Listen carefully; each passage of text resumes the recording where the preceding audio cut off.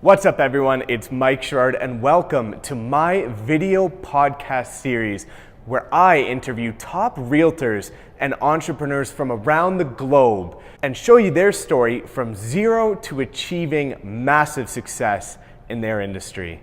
Let's get into it.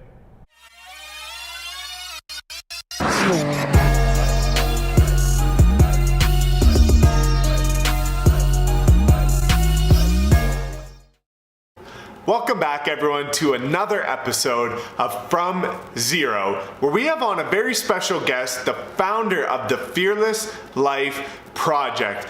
In this lengthier but absolute gold of an episode, we talk into how Julian hit rock bottom, overcame adversity, and ultimately found his success, but also how you can avoid falling victim to limiting beliefs, expectations, the truth about social media, and ultimately overcoming fears in order to achieve the best version of yourself. It's my pleasure to introduce you to Julian Rosen.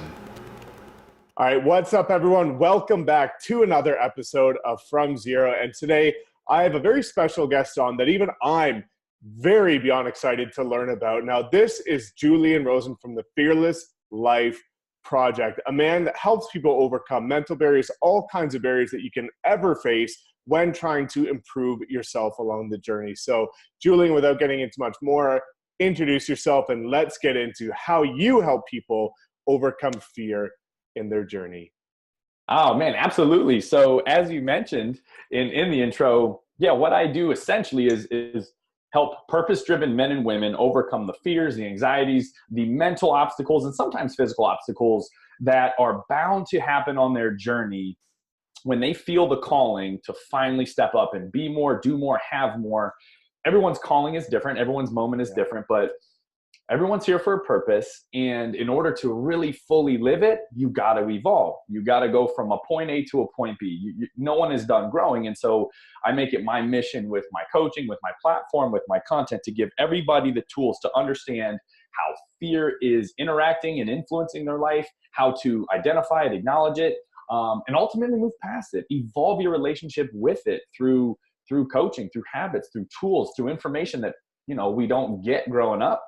And by putting it in your hands and giving you the framework and the blueprint, man, you can do anything. You can do anything once the fears that are currently holding you back. And we'll talk a little bit about this into the interview, but a lot of people don't know that it is fear is holding them back. They're globbing onto some circumstantial, evidence. But, once you can really see where it's influencing you, just like any problem you want to solve, once you're aware of it and you have the tools to fix it, it's just a matter of getting in the trenches and applying information. So it's been amazing so far. It's only getting started, and connecting with purpose-driven people like you who are standing up to share this information. I couldn't be more excited to be here today chatting with you and your audience. Definitely, man. Thanks again. And it's exciting because I found you on social media a couple months ago through a mutual friend, and just throughout that duration of watching your videos and, not just resonating with myself, but also you can see in the comments, this is stuff that, some people are afraid to talk about. And by having that voice who's not afraid to put themselves out there and show their vulnerability and discuss the somewhat sensitive topics, you, by even just giving the free value from your free videos, is amazing. So I can't wait to talk about what you actually get into with the Fearless Life Project. But before we do that, you yourself have quite an amazing story on how you even came up with the idea of the Fearless Life Project. You've gone through many tough times and you've demonstrated adversity and persistence. So I'd love for people to get an understanding of, where you came from, because that gives a whole new meaning to why you're such a strong authority figure in the space of helping people overcome fear, because you practice what you preach. Yeah. And it's everything. It's so funny when I work with people, they're like, what certification did you get to do this? I'm like, this literally, let me tell you, this saved my life. Like, it was literally learn this and use this, or can get consumed by the darkness. And, I don't even want to know where that would have taken me. And so, it's, growing up, not like the hardest upbringing by any means, right? Like, so, dealt with some adversity, some setbacks. I saw some things, you know, family members battle with addiction and stuff like that. But like, to say I grew up and had it rough would be like, that's not where this started, right? Like I had two loving parents and it was awesome. But what happened is when I was 22 years old, you know, my mom, who was the most important person in my world, right? Just, I loved her and I still do. But I remember the day, like it was yesterday, she looked me in the eye. She's like, Julian, I have triple negative breast cancer and, you know, we're going to do all we can to fight it, but I just got to let you know that. And I was like, oh man, like, okay, let's fight it. And so, you know, when you're 22, when you're 23, and, you know, in the US at least, and I know some of the ages are different when you go to university in Canada, but, you know, that's when you graduate. And it's funny, the world's like, okay, you're grown up now, like go figure out everything. And so I was like, well, I'm going to go back home and take care of my mom. And so basically I became her caretaker, and, you know, my dad was there as well helping. And, you know, 12 months later, she passed. It was just a downhill thing. Like the doctors tried, but it just wasn't happening. And so I lost her, and it was a really dark place because, man, I went into this depression because I lost the person who was my guide, who I would go to in times of turmoil. So she was gone and I missed her, and I didn't know emotionally how to process that. And yeah, I fell into a depression. And at the same time, again, I was at that age where it's like, no, go figure your life out. Go be a grown up now. So I had this immense pressure to go produce, to go do something, to go make something of myself. So, you know, the future scared me and overwhelmed me. And I was haunted by the past because I just wanted my mom back and I didn't have her back. So, you know, it was kind of this double whammy of like depression, anxiety. And, you know, I was saw some specialists, was put on some medications, and I was just coasting. I was just existing. And even though the pills and stuff numbed some of the symptoms, it was still there. Like I knew something was off. I knew I needed to make a move. I knew that I wanted to do something that honored my mom. And again, I felt this calling to be more, but I was just crippled by this pain inside and this fear and this lack of trust in the future. And so, everyone has a rock bottom moment. And I remember so what I would do is I would go to work. It was a nice job, safe job, wasn't passionate about it. And I would come home and I would just drop my stuff at the door and I would just break down. Like all this pain had to go somewhere. And I would just like put my head in a pillow and just weep, cry, scream. And the door knocked one night and the cops came. And they're like, we're getting calls that someone is getting hurt up here. I was like, oh man, like that's how loud I was. I was trying to be quiet, but like, I was like, no, I'm sorry guys. I'm just having a really hard time. It was me. And they closed the door and I just looked in the mirror and I was like, A, something's got to change. I know that. B, if I'm afraid of the future, if I have this fear that moving forward may be a threat or may hurt me, right? I was like, what can hurt me more than where I'm at right now? Like nothing can hurt me more than where I'm at right now. Like this pain was immeasurable. So that's when I just had like this like epiphany, like, dude, what do you care about passionately? What are you feeling called to do? And at the time it was fitness because I just knew working out made me feel better when I was depressed. So I'm like, cool, I want to do that and help other people. So I took this fearless action. Like logic and reasoning was like, no, stay safe, stay at your job. You're not fulfilled, but there's no danger there. There's no uncertainty there. And I was like, no. Like, again, this place sucks. I don't want to be here anymore emotionally. And I just took this leap of faith. I quit my job. I moved to a new city. I got certified as a trainer and I started to apply to jobs that I was drastically underqualified for, but I just kept putting my foot in the door and eventually just like landed this spot. And I took a step back and I was like, okay, when I overcame this fear-based sensation and took a goal-aligned action, I'm not going to say I cured myself, but like a lot of these symptoms went away. Yeah. I started to feel like myself for the first time in 2 years, and opportunity started to unravel. Opportunity started to come into my world. So I was like, I think I'm onto something here. And then so I did it again. Like I started to work my way up. I was like, I'm going to run this place. And I started to work my way up and take these fearless actions that this little voice in my head was saying, no, back off, stay safe. That's not who you are. Like you're the depressed guy. Like that's who you are. And on this journey of taking these fearless actions, I had this huge breakthrough. And now I know, looking back, it was just me realizing mindfulness, but it's like, boom, I created this little bit of space between my thoughts and emotions, and who I am as a person. So I was like, I'm not depression. I'm a human temporarily experiencing the symptoms of someone who's depressed. I'm not anxiety. I am someone who, just like the weather, it comes and goes, who is experiencing the temporary sensations of anxiety. And just creating that space, and in that space, getting clear on what I wanted and taking action in the face of fear changed everything. And, fast forward a year, I started my own business, grew that business to a full-time gig. As I was talking to you about earlier, like, boom, started traveling with my fiance. We went and moved to Hawaii. I was building my business remote, like all these things that a year ago or 2 years ago, from the guy screaming into his pillow, having the cops show up, just, I didn't think were possible. And that's when I really decided, like, I got to start sharing this with people. I got to start sharing with people, not just go take these big, bold actions, right? Like, it's not always that simple, right? It's how do you interact with and eventually evolve around the fears that are interacting on your behaviors, your thoughts about yourselves, and your thought about the world, and what you think is possible for you. And so, yeah, as you said, right? Like, yeah, I read a lot. Yeah, I have coaches, amazing coaches. I go to amazing courses and seminars, but dude, I learned this stuff by applying it when my life was on the line. And I was like, it's everything has to change or I'm going to lose it. You know what I mean? Yeah.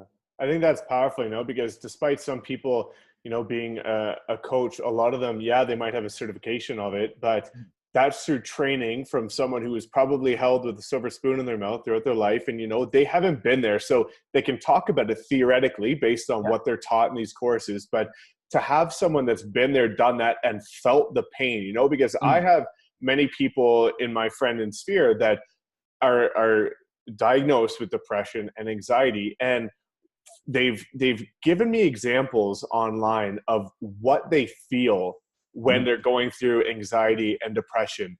And it's nothing that the general person can ever imagine or assume. It's a completely different world, saying that they feel like the rooms are closing in on, like, it's stuff that we don't get until someone who's been there understands. So I think it's powerful that you can relate with these people that are going through troubles, because oftentimes they don't feel like there's people out there that understand them. And it's powerful that you do, and I like what you said about leveling up, in the sense that I watched both videos from Annie Frisella and Dan Locke, where they actually both talked about the subject where people perform at the lowest average level that they're willing to accept. People never perform at their 100% greatness. It's just not sustainable or possible. If you allow yourself to be consumed with the anxiety and the depression, that's the level you're going to forever perform. But until you level up and say, you need a new standard, then that's not when you're going to change. So I think you've got a powerful story, man. And it's exciting to hear where you came from that. So you've now got the Fearless Life Project, and you're making a positive and huge impact on so many people. And I'm seeing it from testimonials on your website to just the comments on social media. So what is the Fearless Life Project, and how have you started helping people overcome similar battles? And I know you maybe tap into the fact that, you don't just help people with general anxieties and depressions, you help people overcome all types of fear in business and everything else. Because I see people on your site that are, leveling up businesses 2-3 times. Yeah. And what I tell to a lot of people is, like, if you look at the external circumstances of your life, you look at your business and how happy your clients are. You look at your physical health, what you see in the mirror. You look at your relationships in your life. Those don't happen on accident. Those are extensions of who you're being internally, right? Of the things you're thinking about yourself, of the things you're thinking about the world. They're extensions of your discipline. They're extensions of your recognition of your own worth and knowing you're worthy of taking these actions, right? So yeah, the Fearless Life Project is really a way of life. Like, not to be too cheesy, but it's a way of thinking. With a background in fitness, and I knowing how it helped me mentally, and now knowing through research how it helps hormonally. It's better than just looking good, even though that's a fun side effect, right? But so it's a way of thinking. It's a way of setting up your week and your daily habits to honor yourself with exercise and to push your physical boundaries, taking ownership of where you're spending your time and energy, and making sure it does align with who you're becoming, and identifying when you're spending time, energy, or money in ways that are fear-based or representative of comfort and convenience. That's not who you are. you're this growing, evolving person. So yeah, it really is this lifestyle. It's a way of thinking. It's a way of training. It's a way of interacting with yourself and the people around you. And fundamentally, it's a way of interacting with fear, right? Because I'm not, like, and I never claim this, right? Like, I can't make fear go away for you. You're if you're a robot, maybe, but like, if you're a human being, it's wired into your psyche. Like, yeah, if you read anything about evolutionary psychology, we all have fear and we're always going to have it. So I don't, when I say I make people fearless, I don't mean like I go into their brain and I pull the plug that's associated with fear. No. Because fear is actually a guide when used properly. But what I do is I change your relationship with it, because most people, when they feel fear, where they feel anxiety or resistance or discomfort, or, you know, they get afraid of being judged, or they get afraid of voicing their real opinion, or they get afraid of having a tough conversation with someone that they know they need to have to change their life, right? Yeah. A lot of people take that fear and they go, oh, shoot, I should back off. Oh, shoot, I should go seek comfort. What is comfort? Comfort is familiarity and predictability. So when they march to the edge of their comfort zone to make a change that they need to make in order to change their world, their life, their reality, their results, they're going to feel it. And so I help them identify when it's present, identify what's really going on from a logical level, that fear is there to alert you. Yeah. That you're leaving what is known and comfortable and just leaving into uncertainty. That's all fear really is at a fundamental level. It's your brain and body alerting you that you're about to change. You're about to leave the known, leave the comfort, and leap into a lack of known, a lack of comfort. Whereas you and I know, cool, that's where you need to be to thrive. That's where you need to be to change. That's where you need to be to grow and create new versions of success. But at the same time, if you don't know what it is, you just feel this overly negative thing. What are you going to do? Okay, well, what you feel and what you think influences your actions and your habits. So you're going to let it dictate your actions and your habits in these really crucial situations where you're on the verge of something amazing. So it's a matter of identifying fear, taking goal-aligned actions when it's present, and again, evolving your relationship with it. So you know that all it is a simple signal from your mind and body that you're growing in amazing ways, and you're actually moving in the right direction. So it's almost flipping it on its head. Yeah. Yeah, I think that's powerful. And you know, I like that you kind of mentioned how you and I and other people out there who are starting to go in the right direction, you know, they can leverage fear in the proper way. Because I myself even know that, you know, over my first year of real estate, when I started doing well and I started getting recognized, and, you know, there started to be these expectations of me because I talked about getting the Lamborghini or hitting this amount of deals, or and I had a lot of people say, well, like, he'd message me on Instagram and be like, Mike, what happens if you don't? What happens if you don't get that car in 2 years? What happens if you don't hit your marks? Like, you've got thousands of people that are now watching your every move every single day. And I can't lie. I would be lying saying if that didn't start weighing on me, in the sense it's like, wow, like, I'm putting these goals out there, not just to myself or one other accountability partner, like, this is out there. And I started feeling these fears in the sense that, like, fuck, man, like, if I don't reach this, what are people going to think about me? Or is it going to be seen as a failure? I don't want to be a failure. And, you know, there was times where I used to have these weekends where I was being so overwhelmed with wondering how I'm going to get there, what's going to be the catalyst to taking me, that I started being unproductive because I was trying to be too productive in every way possible just to achieve what people had expected from me. And once I started dialing back and realizing, you know, I honestly don't give a shit what people think about me or my goals. And if I achieve them in 10 years and not 2, I finally got to the place in my life where I'm comfortable with what I'm trying to achieve and the people that are helping me get there, that now I don't even entertain those thoughts. But there was a time where fear was an enemy. And until I realized how to leverage that for the good and for being productive and for, you know, keeping yourself in that perfect uncomfortable zone, it was a big stressor. So I think it's important that you help people understand not this wizardry magic to like abolish fear, but how to use it strategically to leverage and excite your greatest and utmost performance. Yeah. So it's really, because remember, we're always going to have thoughts, always, right? You can't shut your brain off. It's always going to chatter at you. But if you can become powerfully aware of the meaning and value you assign to the chatter, you're halfway there. So for you, what was the chatter? Oh no, well, if I don't hit this goal that I put out, well, what's the value assigned to it? Oh, well, if I don't hit it, then people are going to think I'm less than. And if they think I'm less than, then I'm going to be less than. If I'm not good enough, I'm a failure. If I'm a failure, I'm not loved. If I'm not loved, I'm going to be alone, right? Like you go down these crazy rabbit holes where in reality, if you can call bullshit on some of this chatter and be like, oh shoot, like I just negatively distorted a thought. I just negatively distorted this whole thing and gave it life as this really huge Hollywood drama, when in reality, no, as long as you are authentically doing what you can, when you can, in a way that feels good to you to move forward and grow. And you're staying, like I said, authentic to who you are.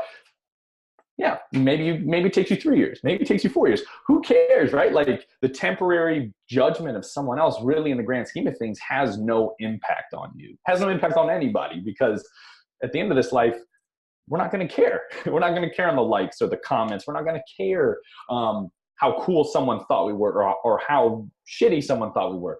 We're not going to care at the end of this life. And so it's again, it's just this awareness. I call it flexing the awareness muscle, but like, hey, like you don't, when the mind chatters, you don't have to take everything. Like you can say like, no, that's bullshit. That's just nonsense. That is noise. And when you can have this a little more playful relationship with some of the noise your mind creates, it's like, oh, okay. It's kind of just like having a noisy roommate sometimes. Like sometimes it's saying good things, sometimes it's saying bad things, sometimes it's saying things that don't even make sense.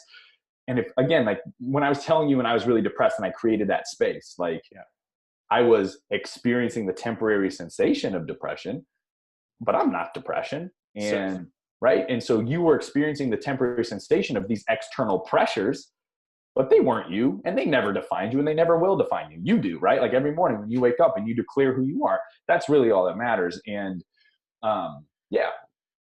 it's human tendency to seek validation, to seek status, right? And if you want, right, like that's fear-based too, right? Like we want acceptance because it feels safe, it feels good. But in reality, at the end of all of this, what you're really going to care about, and I think what your listeners are really going to care about, is, did you take action on your desires? Did you create the impact you wanted to create?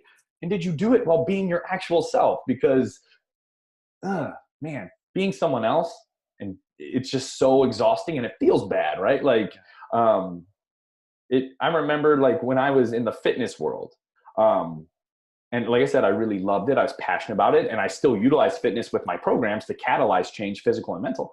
But I outgrew that identity personally.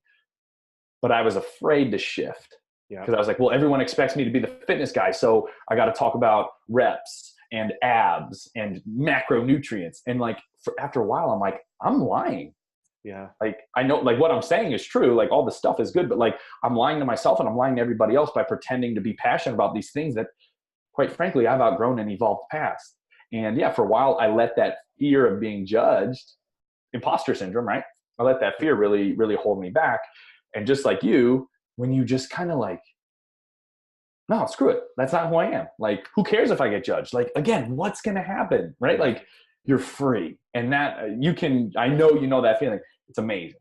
It is, man. It is. And, you know, this is actually a unique segue into something I was going to ask a bit later. But, you know, you mentioned seeking validation, and I was already kind of talking on the topic of social media. So, you know, social media is a mammoth and a beast on its own. It can be used as a tool. It can be used as a toy. It can be positive, negative, depending how you use it. But, you know, in your business and just in general, how do you think social media affects people? Because again, a lot of the times I use it very strategically for business, and it's worked out very positively because I only allow myself to listen to what I want to listen to, you know, but a lot of people have social media and they get consumed with all this drama. And again, they seek validation from all these things that are not even real. A lot of the times they're just being faked, whether it be like rental cars from people they think are killing it, and rented mansions.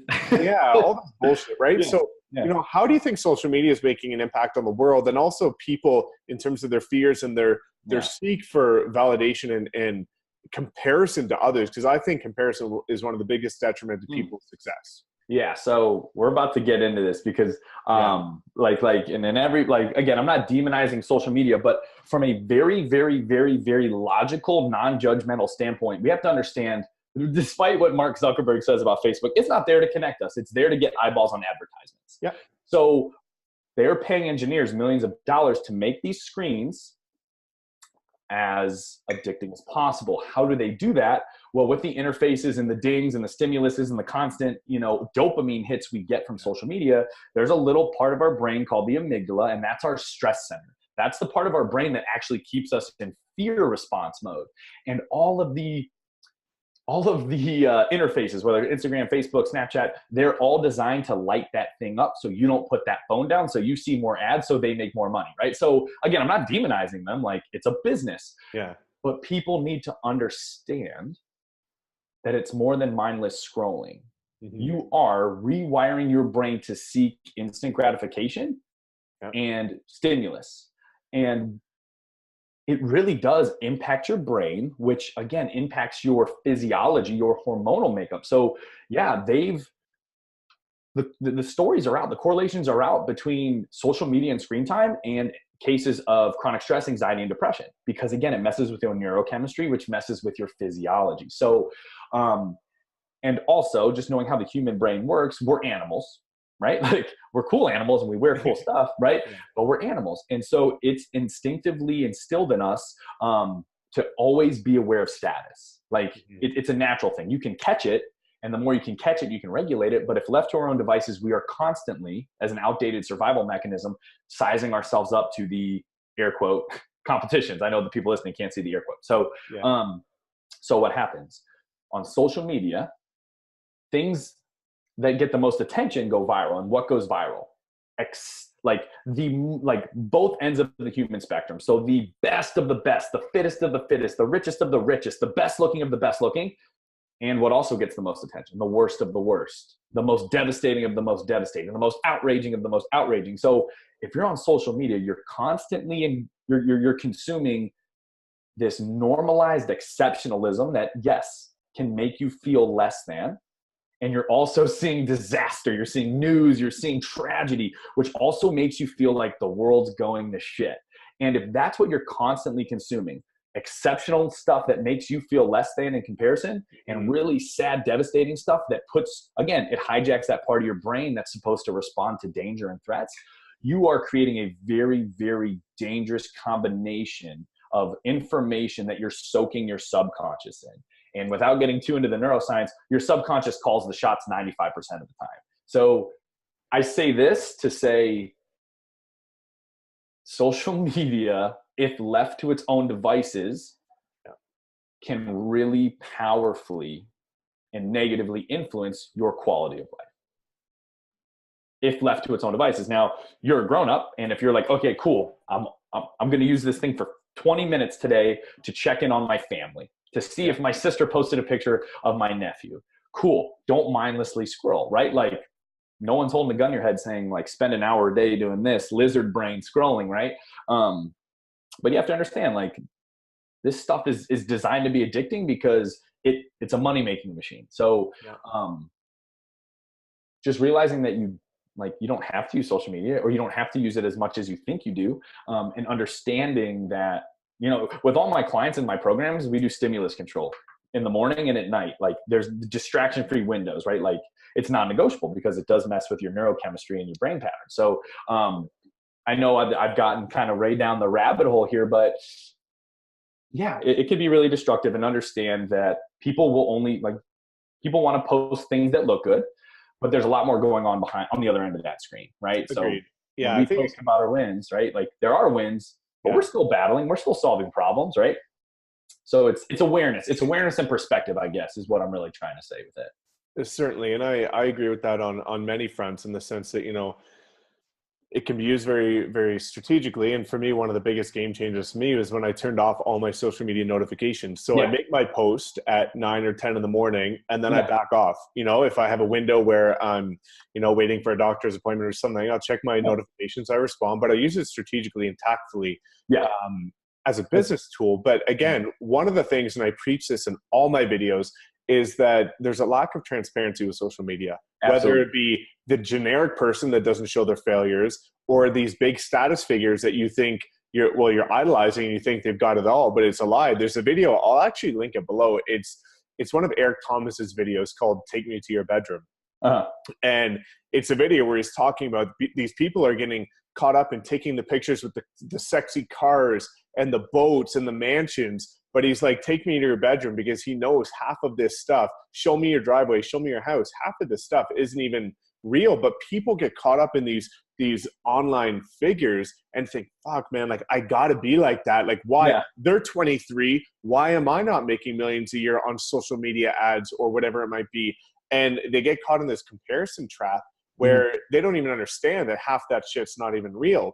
Yeah. But, it's tough not to compare yourself. And again, I think you hit it on the head saying, it's a tough world, and people don't often take a step back to understand what is actually going on in terms of the back end of the purpose of social media, right? Yeah. So it's powerful to understand that and using it very strategically. Now, that goes into the next thing I want to ask is, I know you can't blanket this, that's impossible, and it's a disservice to do that in your business, but what is the most common fear you see people have? Because again, I know not everyone's unique and everyone has their own fears, but generically speaking, what's one of the most common fear you see people have, and what is your opinion on why you think people have that fear? Yeah. So the most common fear, and it's the most basic fear, like the most primal fear, is fear of the unknown. It doesn't matter if it's fear of the unknown in terms of like, oh shoot, I'm getting on this sales call. I don't know how it's going to go. Boom, you feel a little unease. You feel a little anxious, right? I'm going to get up and speak in front of these people. I don't know how it's going to be received. There's uncertainty here. I'm going to stop drinking and start training the way I know I should train to take care of my body. Okay. Well, there's uncertainty on the other end of that, because what is your known? What is your comfort zone? Drinking and self-sabotage. So like, it doesn't matter if you're unhappy in your job and you've had this brilliant business idea and you've been sitting on it for years. Why haven't you taken action on it? It's because at a deep, deep level, you don't know how it's going to play out. You want to ask that girl out, or you want to ask that guy out. You've been thinking about it for so long. Why don't you? Because you can't predict with absolute certainty whether they'll say yes or no. So many people wait for like the perfect plan. They're like, okay, well, I need to figure out not only how A connects to B, but how B connects to C to D to F to G to elemental P, Q, R, all the way to Z, right? And I'm like, certainty is a lie. Like, this thing that your brain is trying so hard to grasp and hold on to can't actually ever truly be achieved. Meaning, tomorrow you can go to the doctor and get diagnosed with something horrible, or you could fall down the stairs and hit your head and you can no longer do your business, or right? Like, certainty, like there are no guarantees ever. So what I see is so many people sitting on the sidelines, because even though we can agree that in that uncertainty is everything you've ever dreamed of. In that uncertainty is all the potential waiting to be fulfilled. In that uncertainty is every brilliant connection, every exciting opportunity, every step in your evolution lies in that uncertainty. But that part of your brain, and this is kind of the irony of being human, identifies that uncertainty, that brilliant potential, as a threat to your existence, because it just wants it just wants predictability. It wants safety. It wants comfort. So why do so many people on the brink of amazing change self-sabotage? Why do so many people, when they're actually seeing results, for some way or another find themselves caught in old patterns, old thoughts, old beliefs, hanging out with old people, doing old shit that produces old results? Why?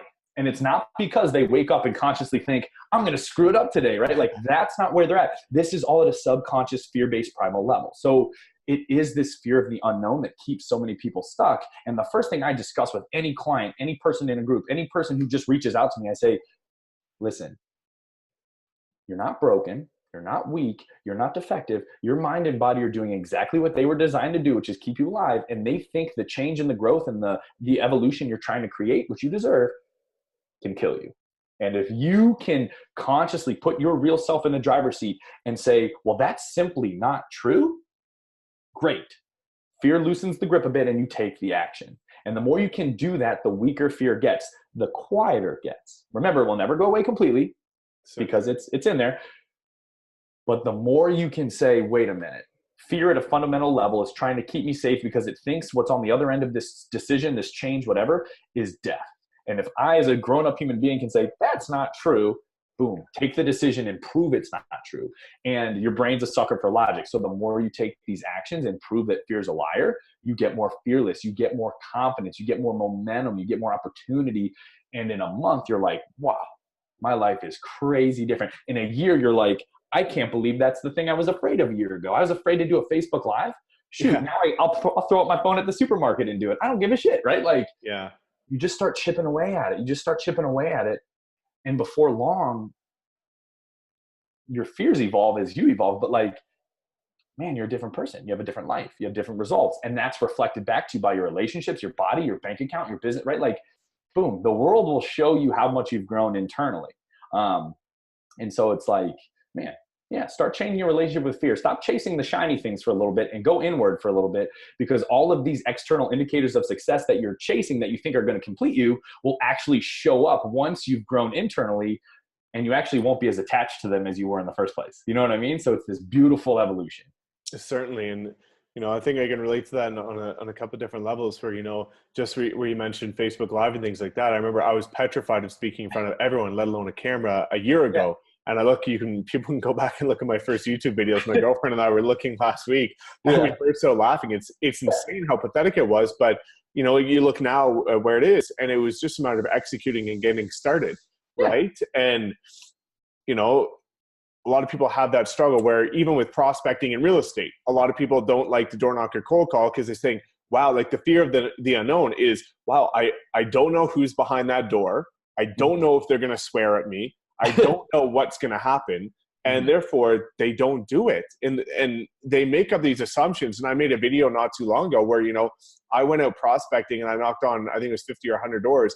And I made a point to make sure every single person smiled before I left that door. And I got 100% of the people that I knocked on to smile before I left that door, just to prove to people, I went in with the mentality that I'm just there to provide value and I'm going to make them happy.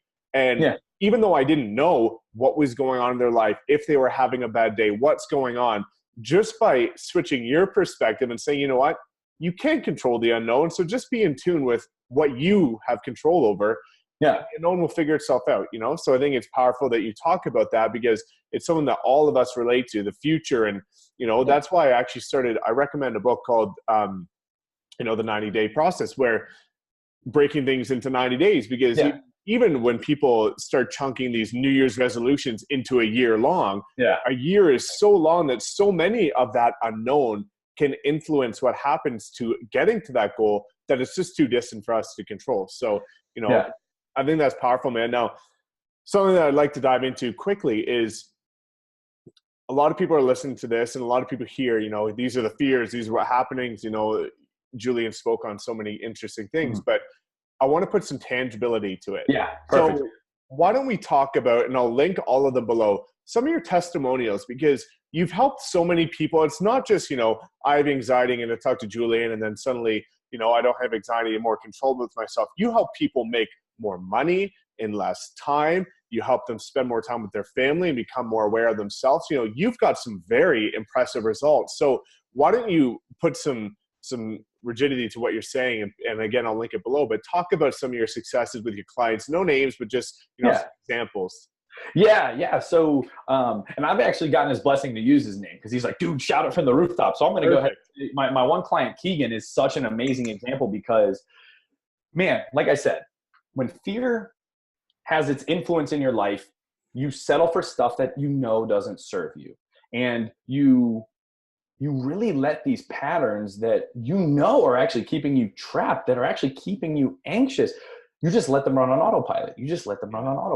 And so it was so insane. Like he's like, dude, I have this chronic back pain. It won't go away. I get MRIs. There's nothing structurally wrong, but I just always have had this back pain. And always he's like, so he's a full-time, guidance counselor at a prep school, but he has a financial advising business on the side. And he's like, dude, unless I'm like super stressed and grinding, like I can't grow my business. I can't grow my business unless I'm like super stressed out and grinding. And I'm like, cool. Well, what's life like when you walk in the door and it's time to give your family your time and attention. He's like, well, my back hurts and I'm so stressed from grinding to give them a good life that I just watch Netflix and go to bed. And I'm like, is this how you want to spend your time? Period. I'm like, at the end of this life, are you going to look back on this and say, cool? He's like, yeah, absolutely not. And so again, we just started deconstructing why, like, why do you have to grind to create clients? Have you ever created clients when you weren't grinding, when you weren't stressed, when you weren't bleeding from your eyes? He's like, yeah, but I just saw my dad stress about money all the time. So I just thought I had to. Boom. We broke that pattern. What happened? He got to be himself more. He had to, again, air quotes, grind less and stress less, and tripled the amount of clients and referrals he had for his financial business by not really changing much, not by working harder, but just by who was showing up and how he was interacting. And he was finding that he was so head down that he was missing amazing opportunities to connect with his daughter's friends' parents who needed his help, right? Like he was just blind to all these people he could serve at the same time. I was like, do you think that this back pain is your brain trying to keep you safe because you've always identified as the guy with back pain? Yeah. And dude, we got him training again, and we got him challenging that. And like, dude, he's like, are you serious? You want me to talk to my back? I'm like, yeah. Just say, hey, thank you for trying to protect me and keep me safe, but like, I'm actually strong and healthy. And he had these mental conversations when his back would spasm in the gym. 3 weeks later, benching more than his body weight, doing squats, doing things he hadn't done in 4 years, because his brain finally gave him permission to lean into the unknown of who he was becoming. Now, where does that lead him with his family? Well, when he was walking in the door, he wasn't stressed. He was pumped. He was filled with energy because he was growing his business, and because he was no longer under the impression that he had to grind to sacrifice for his family. Deleted Netflix. Like, he's like, he called me in tears one day. He's like, dude, I just was throwing my daughter up in the air for the first time in years because of my back. And she's like, and for the first time they asked for him to put them to bed, not mom. And he's like, dude, I don't care how much money I make. I don't care how much money I give you. This is what life's about. And so it just goes to show you, right, where you can see where fear is keeping you attached to things that don't serve you because it perceives that it's safe and comfortable. You free yourself in so many amazing, amazing ways. And again, it's all about like challenging old identities, fear-based identities. And just, I have one more because she is just blows my mind too. Give it to us. But yeah, like she had recently lost her dad. And so obviously I had a really strong connection because, you know, the loss of a parent, I understand what that grief is like. But yeah, like brilliant photographer, like amazing photographer. And she would have these really good weeks. And then she would overwhelm herself with like delivering all of the final products to her clients. And she would just go into this hole. And when she was in the hole, she would drink, she would watch Netflix. It obviously impacted her relationship with her husband and her daughter and all this. And again, by removing fear's influence in her life, by helping her create that space, right? Flexing that awareness muscle, creating separation between her and some of the anxiety that would cause her to do some of these comfort-seeking, self-destructive habits and patterns, she just exploded like in an amazing, amazing way. Whereas she's already tripled her asking price and has a waiting list for her photography business. And she finally took action on this project that has been up in her brain for 2 years, finalized it, and has a national, on the level almost of like a Huffington Post type deal, wants to purchase the rights to this project for $100,000, right? Why? Because she was finally showing up powerfully and consistently as her best self. And again, like she has non-negotiable mommy-daughter time. She has non-negotiable phone-free date nights. She's gotten rid of Netflix. I'm not demonizing Netflix. There are some shows I like. But again, it's all about identifying where fear is present, giving you the daily habits, giving you the exercises to create that space, having someone hold you accountable to the person you're becoming, and just amazing, amazing things happen. So, on days where I'm feeling down, because I battle my own doubts, right? Like I just watch these videos from my clients and I'm like, dude, my gift is so damn powerful that I can't stop today. And I want people to realize that their gift is so damn powerful that they can't stop today. Like you, Mike, your gift is so damn powerful that you can't stop today. And I don't know where you're going to evolve to in a year. I know you mentioned that, you know, you may pivot out of real estate and start serving people in different ways. Great, right? Like you only recognize it's time for that evolution by fearlessly and consistently showing up as the real you, not the you that thinks, you know, you have to cling to the past. Certainly. And that's where the magic happens, man. Yeah, and again, it doesn't matter if you're trying to grow your relationships, you're trying to grow your business, you're trying to move forward in your career, you're trying to finally get healthy and stop this up and down, like I see success and then I gain the weight, right? Like it's all based on these fear-based tendencies that don't serve us. And when you break them and replace them, good shit happens, always. Definitely, man. I think, there's two things that I really want to touch on from what you just dove into with both testimonials is crutches. And, I find a lot of people fall victim to having these crutches that are holding them back from achieving their ultimate potential. Even in terms of crutches of productivity, I talk to people a lot about this. I'll use real estate, for example. A lot of people they know that the money producing activity is prospecting, but instead they start feeling like they're going to be productive by reading this book or by creating this new revolutionary silver penny ad. Yeah. Just to hold themselves back from doing what they know works, yeah. But it's a crutch to be like, I'm still being productive. And they start falling victim because, they take themselves away from what's actually going to take their business to the next level just by staying in their little comfort bubble. And the next thing that I want to kind of mention is, I love Gary Vaynerchuk. He's one of my favorite entrepreneurs. I fucking love all his content. But one thing, and I talk to people about this now and then, is that he has created this movement of the only way to be successful is to work your fucking face off. Yeah. Right. And that's his verbiage, right? Yeah. Work your face off for 10, 20, 30 years. That's going to be successful. Now, here's the thing. That's something that I am victim to myself. I enjoy working that way, but this is my time and I've got a couple things. So it is what it is, but it's not for everyone. For me, I can withstand that. I enjoy it. It is what it is. But there's so many people, that do have kids, do have a husband or a wife, and that's not sustainable for them. It's not even what they want. But similar to your friend that had the financial business, it's what they're taught, and it's what some of these idols that they look up to are preaching. So it's almost impossible not to say, well, that's the only way. The only way I can do it is by working 20 hours a day, 7 days a week, getting more clients. And again, like you say, with small tweaks, that can oftentimes be proven wrong. And they realize, they can work smarter and not harder and not miss out on these opportunities that are potentially more organic instead of them just trying to push and shove business in an unnatural, inorganic way. Yeah. Yeah. And I tell people that too. It's like, man, it's what we're taught. Work super hard. And then people start to build this pattern, this connection between working hard and being worthy. I must work hard. I must sacrifice so that I can give myself permission to feel worthy. And then it builds this just nasty pattern. And it builds this resentment. And it's really weird. And you're right. Like, it's very tempting to idolize a guru. Yep. And it becomes destructive to the point where you idolize them so much that you take a lot of your intuition, a lot of what you know to be true, and you go, well, this guy's more successful than me. I'm going to put what I know to be true on the back burner and just glob onto this guy.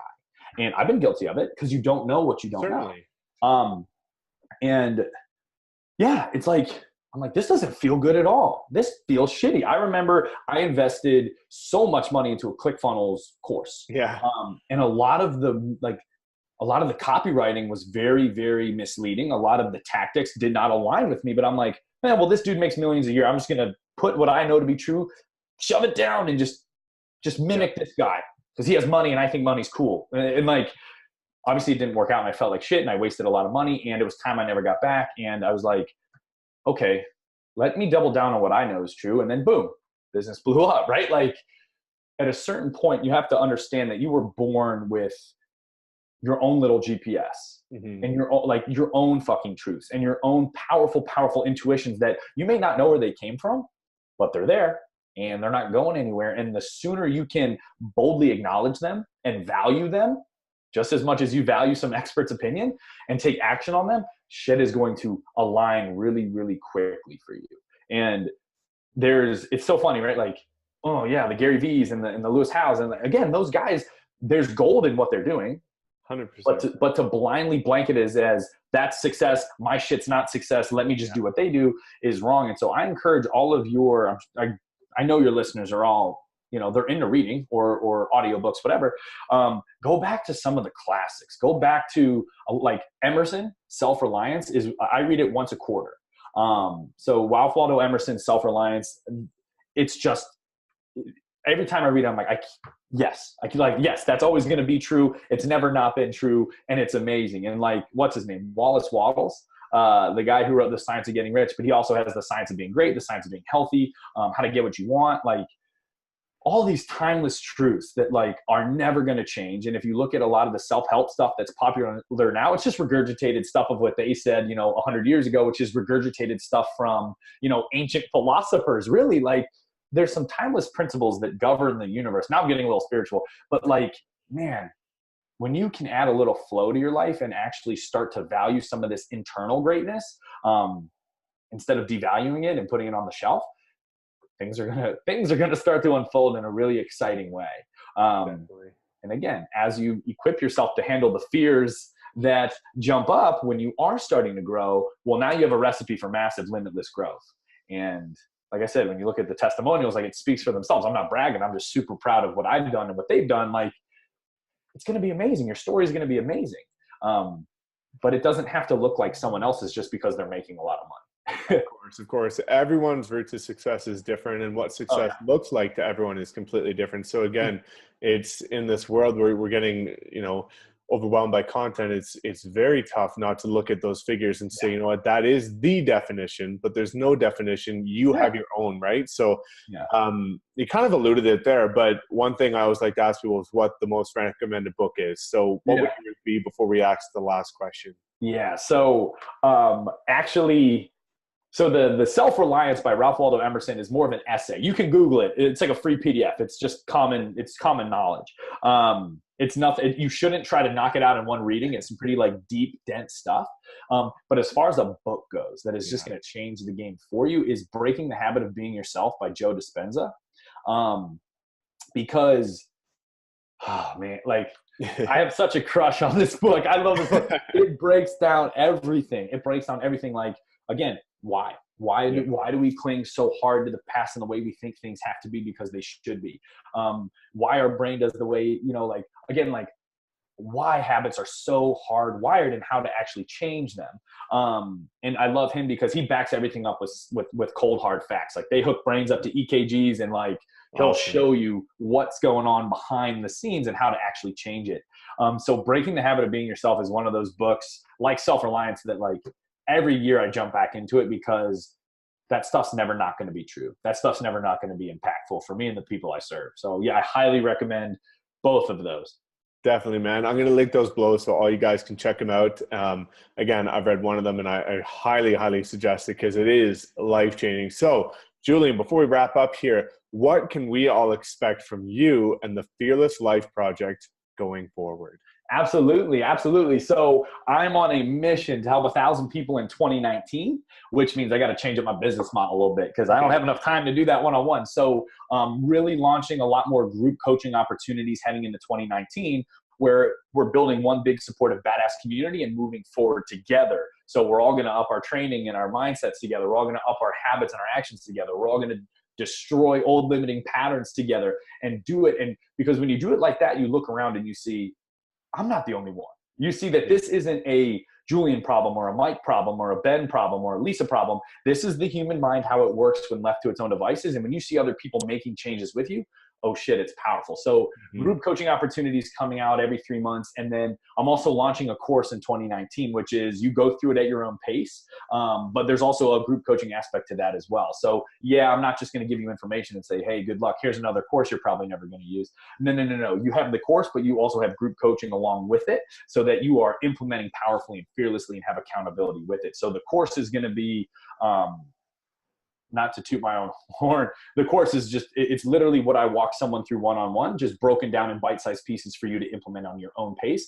But at the same time, the group coaching makes sure that you don't hesitate or procrastinate. Like you gotta produce even when it's a little uncomfortable. And so it's this perfect combination of information, group coaching, accountability, and tactics and tools that you can't really find anywhere else that's really going to unlock your mind, your body, your potential, your growth, which will find its way into the growth of your bank account, your body, your health, your relationship, all these amazing things. So group coaching programs. And then obviously I always have a roster of one-on-ones that we are making really powerful change on. So there's all kinds of levels depending on how involved you want to get with it and how ready you are to take things to the next level. But there's going to be a spot for everybody, whether you want to dabble, whether you want to go all in, or you want to go 100 days one-on-one with Julian, right? Like there's going to be something for everybody, and that's my hope. That's awesome, man. I'm so excited. And, you know, just seeing what you guys have achieved with your program so far is amazing. And knowing that you're going to take it to a new level of people in terms of how much they want to invest financially, but also mentally is powerful because, you know, as you guys listening can see, this is something that everyone faces. I don't care what price bracket you're in, where you came from. Everyone goes through fears in order to achieve what they're trying to do, right? So, you know, I think this is a very powerful episode. That's something that everyone can relate to. So one thing before you guys sign off, I really want you to comment below what your biggest fear is and your limiting belief for what you think is holding you back to achieve the next step in your business. Because a lot of us have these plateaus and it comes back to these fears of the unknown. So thank you so much, Julian. I'm going to link all of Julian's testimonials, websites, social media platforms, everything in the description. I strongly urge you guys to check him out because his stuff is game-changing and he's making powerful impacts on so many lives. I got one thing before we go. Your listeners, guys, there's a lot of freaking noise out there. I've been on a lot of bad podcasts. You guys have struck gold with Mike. So don't stop listening to this guy. I promise you, like, I know there's billions of options in the podcasting world. Like, no. A lot of it is just noise and chatter. This dude is dedicated. And the amount of prep work he did on this alone shows that he gives a shit about getting you guys the right stuff. So don't go anywhere. You listen to this dude every single week because he's taking care of you, dude. So Mike, keep it up. Like, this has been awesome. Really I appreciate that, man. It's, you know, I've been to listening to too many as well, where it seems like they're trying to prop themselves up. And, you know, there's a message like people like you that needs to be shared because there's so many people that come around this common purpose. And, you know, your story is impactful. And I know that this is going to help so many people. So again, guys, make sure you check out Julian's content. It's going to be amazing. And especially when he starts dropping these new courses that all of you should check out. So thank you again, guys. See you guys. We're going to sign off and we will see you in the next episode. Cheers. See ya. All right, everyone. So there you have it. I hope you were able to take something impactful away from this interview that you're going to be able to apply to your own life. Please comment below what your biggest takeaway was. And if you have anyone in mind that you think I should interview next, thank you for tuning in. As always, please make sure you subscribe and we will see you next time.